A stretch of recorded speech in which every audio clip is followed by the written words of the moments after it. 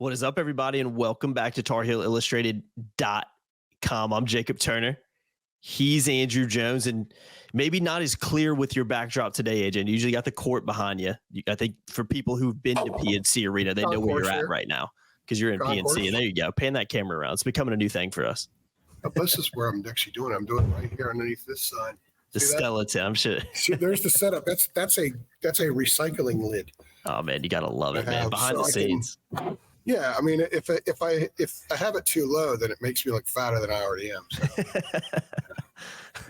State's always tricky too because they're putting putting the ice back on. Yeah, that's why because the Hurricanes play tomorrow and they'll have a morning skate, so they're getting the ice down right now. It's a tricky one always in PNC, but we found a way today, AJ. Just like behind me as well.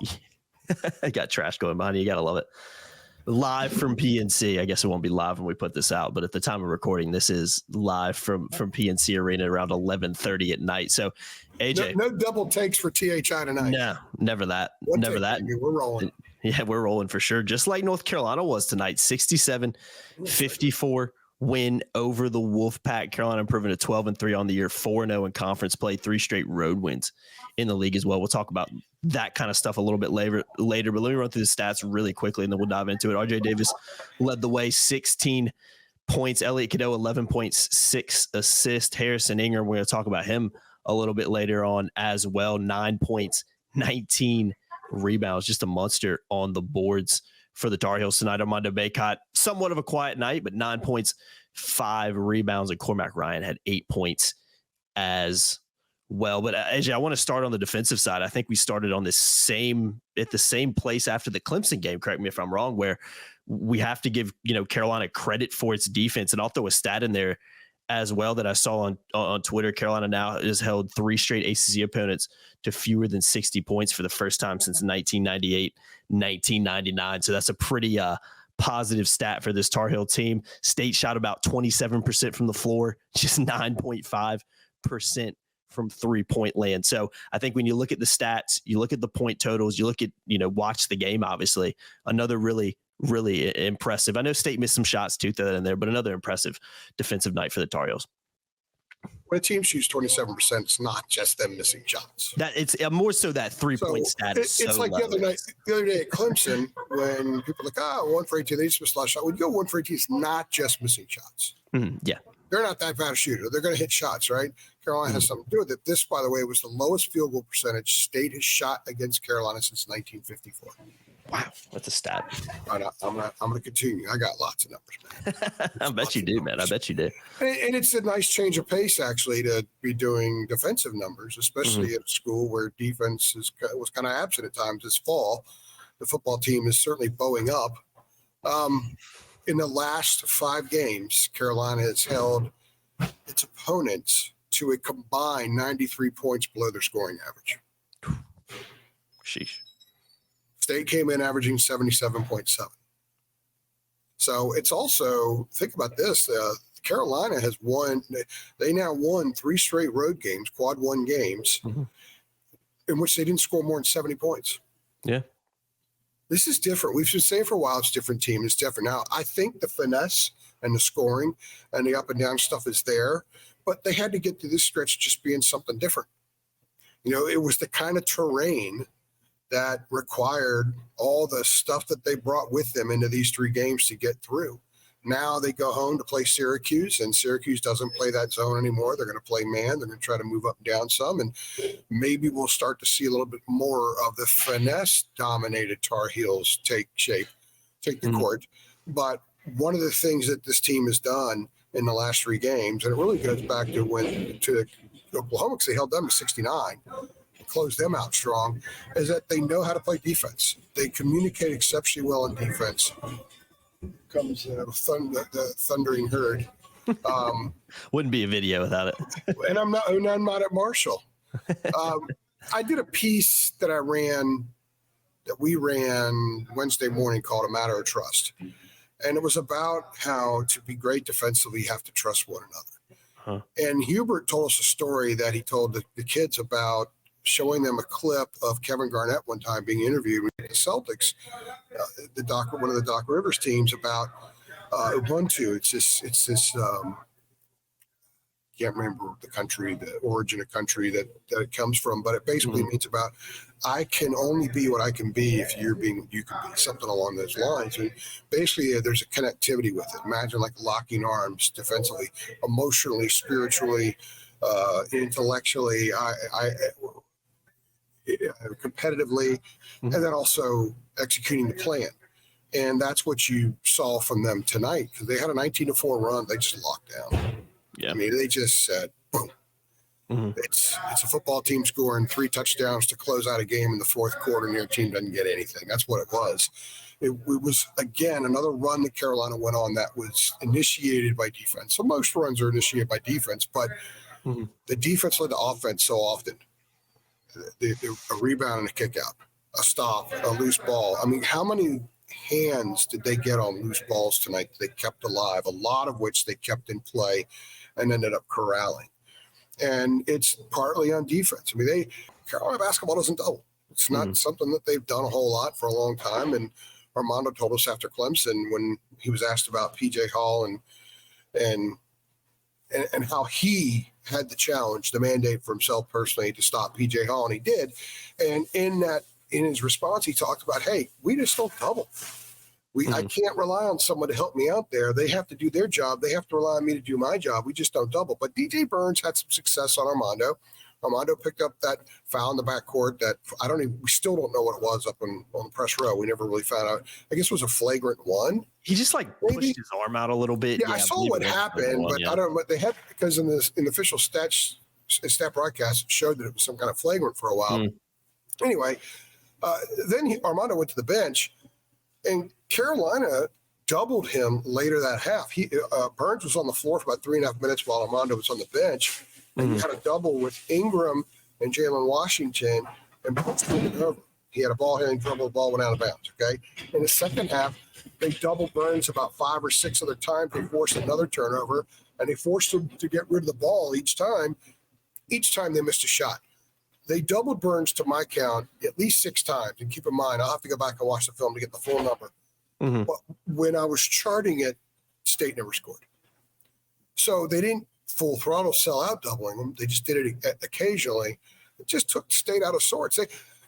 Hubert Davis is doing a really good job at the State. And them going to that double, it's shocking. Like that ball handling mistake in the first half, I think he was shocked that he was double, because there's scouting reports that they don't double. Get a guy on your hip, back him in, score. Whether it's Armando, Jalen Washington, Jalen Withers, whoever. And they doubled, threw him off. Burns only scored 4 more points after Armando went out in the first half. And he was basically ineffective and made some mistakes. And on the other end, they went at him. State doesn't block a lot of shots. And Hubert said after the game, look, we wanted to attack. So they did some of that in the open court. They got a lot of fast break points in the second half, and they got those through defense. Defense gave them scoring up. They got one after a made basket. It kind of reminded me of the Roy teams. I think it was Trimble who scored that and even drew a foul. So they defended. They did a job. I mean, State missed a lot of open shots early. They missed some stuff in the lane they should have hit. Missed some threes they should have hit. But in the end, when the team shoots 27%, it's not because they were all ice cold. Yeah. The other team had something to do with it. I just think Carolina has a way of needling the opponent on defense. And you just needle and you needle and you needle. It's like that dripping faucet. Finally, it drives you crazy. Yeah. And you scream about the faucet and you go whack it. Next thing you know, it's broken, right? It's like they get teams into that mode, because what they've done with their defense through the course of these games is they've led up to the point in the game where they close out. They closed out Oklahoma. They closed out Pitt. They closed out Clemson. They closed out State. So there's a wear and tear effect of the way that they defend. And, man, it works. They're really good. Yeah. This is the best defensive team that Carolina's had at this stage in the season I've seen in years. I mean, maybe ever since I've been covering them. A lot of the other teams got better. A lot of them sometimes knew they could just outscore a lot of people, and they just gradually got better. 2009, they sort of turned it up in the tournament. 2012 turned it up late in the year. This club is blowing up right now, and it's January 10th. So that's pretty damn impressive. And it's something that they now know is going to go with them wherever they talked about the other day, Jacob. You know, Roy used to say, buildings never beat me. Well, you know what? Buildings don't check you at the entry point and say, no, you can't bring that defense in here. You can't bring that tenacity and that toughness and that ruggedness and that connection and all those things you want to throw in there into that giant bag that they're carrying with them wherever they go. That stuff's going to be there. It's going to be there when they go to Cameron. It's going to be there when they go to Charlottesville. It's going to be there when they go to Coral Gables. It's been here the last 3 games. It's here to stay. There's no reason for it not to. If it goes away, shame on them. But that's kind of who they are right now. And I think there's a lot more of them to evolve, but they are a very good defensive team. They needle the hell out of opponents. They drive them crazy. They get into their heads, and you saw that tonight. You saw it at Littlejohn. You saw it at Peterson. You saw it in Charlotte. It's really a thing to watch. I mean, it's kind of cool writing a lot of different stories and looking up different kinds of defensive factoids well into the night after covering a game, because this team is giving us that stuff to write and talk about. No, they've like you said a second ago, it's starting to become kind of who they are at this point. It's been a theme the past few games, but 15 games in, again, 3 straight road wins where defense has been a huge part of them. It's becoming who the Tar Heels are at this point. But you're absolutely right. It should be a consistent theme throughout the season. If it does go for whatever reason, it's Carolina's fault and no one else's but their own, because we've seen the high end potential there on defense against some good teams on the road. Let's not forget that as well. But AJ, let's keep it moving on. I want to start with Harrison and Ingram, and I want to tie in the bench production a little bit because I know it's something we do like to talk about on this channel, especially. But Harrison Ingram, not the most prolific scoring night, only took 9 shots, only took 3 3-point attempts, did finish with 9 points, but there was 19 rebounds. Man, was fantastic. And I remember in the first half in particular, he didn't score a lot of points. I remember in the first half, he hit some big shots. I forgot. I think he backed down somebody in the paint. When it was kind of it was like a tight game at that point too. And he backed someone down and he gets a bucket, and it's important for the team. It kind of, took a little bit of the air out of the building at the time when State was, believing a little bit. So again, I think Harrison Ingram was fantastic tonight. And you have to look at more than just the points he scored. When you look at those 19 boards, did some really nice things on the defensive end as well. It was a really good night for Harrison Ingram, and it shows what he brings to this team. He brings a level of toughness. He brings a little bit of an edge. He brings a little bit of versatility as well. And he's a guy that you can just tell when he's out there really, really enjoys competing. So let's talk about him, and let's talk about that bench production too from Jalen Washington, Jalen Withers, and Seth Trimble as well. All of them played 12 plus minutes tonight. All of them scored. All of them did something and did some nice things on the defensive end as well. So I think those are the 4 guys we'll kind of focus on here on the offensive side of the ball for the Tar Heels. If Harrison Ingram was a superhero, his cape would have an eye on the back, not because of Ingram, but because of intangibles. And he is Mr. Intangibles. He really is. The 19 boards tonight were amazing. And he was doing it when Armando wasn't. Armando was taken out of the game with the fouls. He didn't play a ton. Armando didn't get a rebound until the second half. And Harrison was just loading up, man. And he had 9 points, but you brought up a couple of those backdowns. He didn't play with the stuff on his wrist tonight. And I think maybe he played. It looked like he was a little bit more fluid, a little more confident. He had a couple backdowns in the lane, another shot in the lane as well, where he looked like the guy before the injury against Kentucky. And they were really important baskets because it was during a point in the game where neither team was scoring much. So they were move you along baskets. And I think it sort of changed a little bit the way State was defending. State started defending him like he was going to put up 25, but he didn't. And I think eventually sort of opened the door for some other things. They were able to get a little bit other production. RJ eventually came through, and Seth Trimble had a little stretch as well. But Ingram's 19 board. Oh, by the way, Hubert needled him. I'm using the term needling. I shouldn't do that so much on this drop, but Hubert poked at him in the press conference when he was asked about Harris, and he said, well, he could have had a double-double, but he missed those 2 free throws late. And if you're watching the game on TV, you probably heard a pretty loud roar from the fans when he did, because they have some deal with Chick-fil-A. Yeah, I saw that. The opposing team misses 2 free throws in a row in the second half, you get a free Chick-fil-A sandwich. So Hubert made a crack about Harrison wanting people to have Chick-fil-A sandwiches or something like that. And Harrison, by the way, also crashed into Wendell Murphy during the game. I did see that. And Wendell's a friend of mine. When I covered the whole league and I covered State, Wendell was a guy I talked to all the time about stuff. He was a great reference and a wonderful guy. I almost went into business with him actually before I took this job. I've told you that story before. The story with John Bunning, Wendell Murphy, and me in Wendell's office, which was kind of a cool thing. Yeah. Wendell's a wonderful man, and I thought it was really nice to Harrison. Went back over to him to see how he was doing. So Harrison's just everywhere. He's diving in the stands. He's knocking. He's injuring billionaires. He's shutting down State's offensive players. He's grabbing 19 rebounds. He's keeping a dozen balls alive. He's going over and double teaming DJ Burns. He's dropping in coverage at times. He's face guarding. He's kept a lot of offensive possessions moving. He gets in that quick triple threat, and he freezes defenders. But he does those a couple times. He just didn't freeze his defender. He froze the other defenders because they weren't sure what he was going to do, and he'll shoot from there. So you stop. You want to get in rebound. You want to find a guy box out, get in rebound motion. So there's so many IQ things and intangible things that he did tonight that a guy that scores 9 points but is the MVP because of all the other things that he did. And those 19 boards, last week he went 7 points, 15 boards at Pitt. That was a career high in rebounds. He said, screw that. 15? I'm going 19 today. Yeah.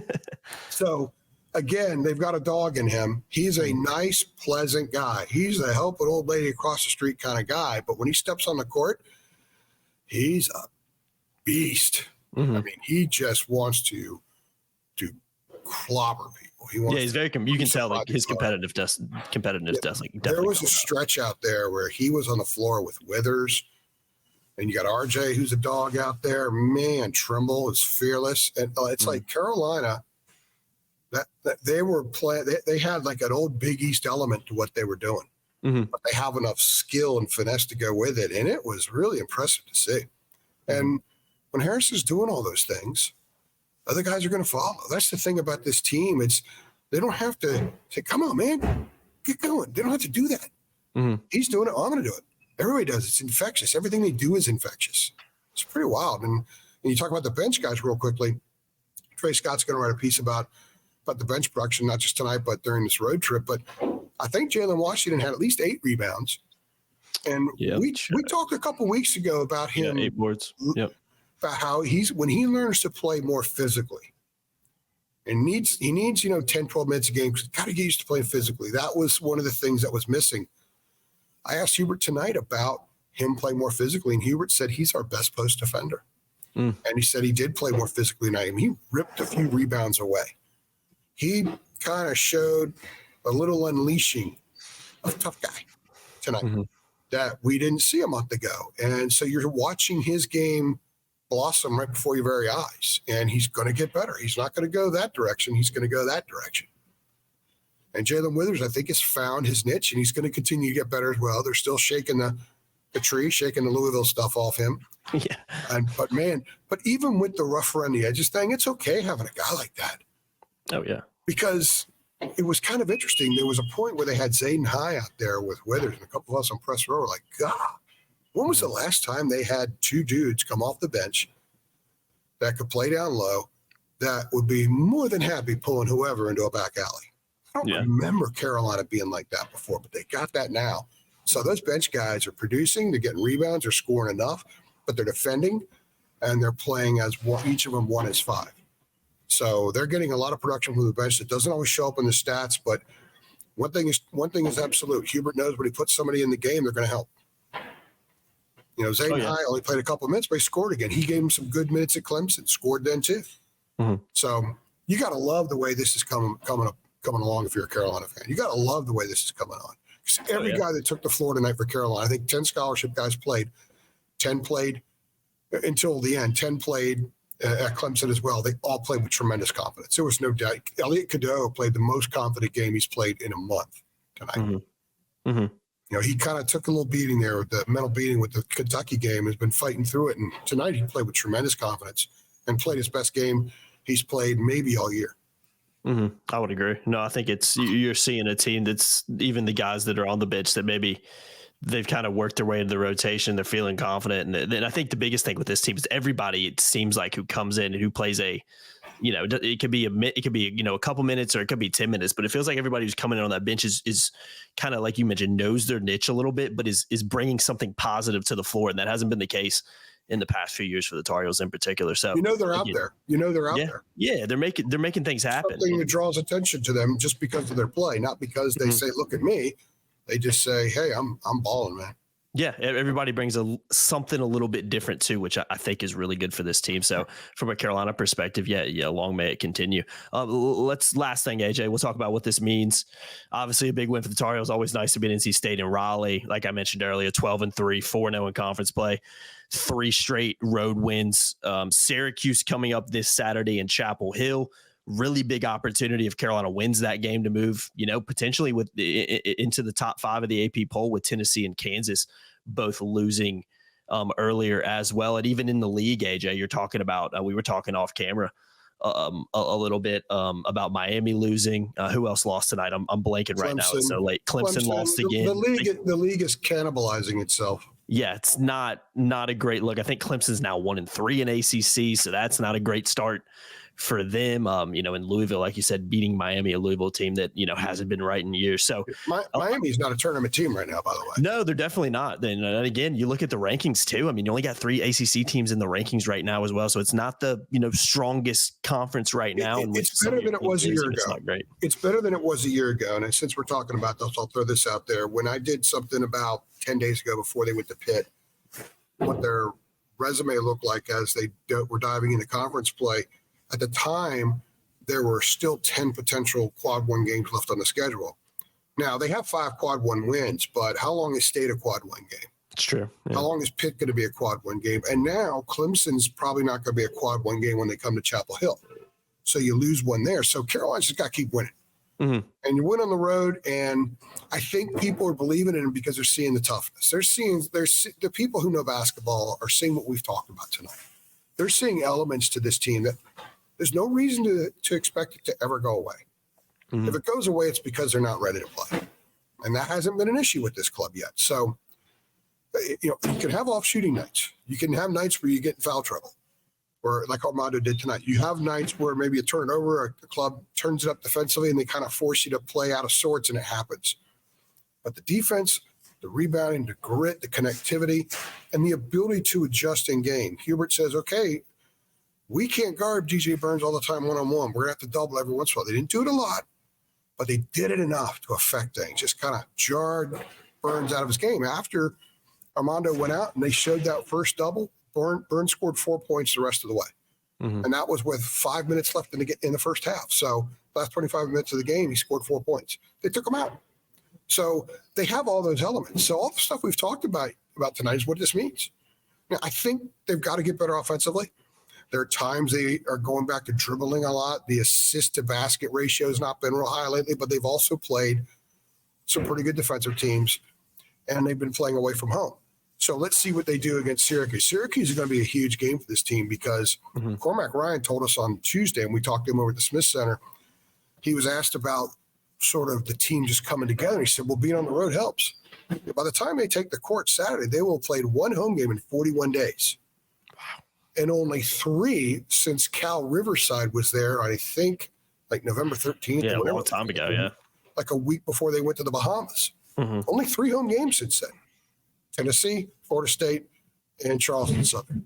So he said being on the road, they just really come together. And they're just so locked in arm. So what happens when they go home? Against a team that can beat them. Syracuse can come in there and beat them. No doubt about it. Trust me, they can come in and beat them. So just Carolina played at the same edge. Just Carolina played the same edge and add a little bit more finesse. So they score 85 points instead of winning 70-54 or 67-54. They win 85-65, something like that. That's what they need to show now. We are all convinced that they are a construction crew, okay? Like they are tunneling to the center of the earth and loving every minute of it, right? Now they got to show us that they can dance and sing and twirl and rain threes and do all that kind of stuff too. That's the next layer that needs to connect with all this other stuff to show us the kind of team that when everything comes together on a given day, what they can be. Because it'd be really neat to see what that is. I think if all those forces come together in the same game, this is a club that no one's going to want to face in March or early April. And it's a club that has an excellent chance of playing into April. That's a long ways away. but that's the process that they're on. So you ask what this means. They're in the process of becoming that kind of team, but they really need to show some offense stuff. Maybe we can write about shooting statistics instead of bad shooting statistics for the opponent in the next game. I just want to. I would love to see what this team looks like if everything's clicking in the same game. Yeah, I think it would.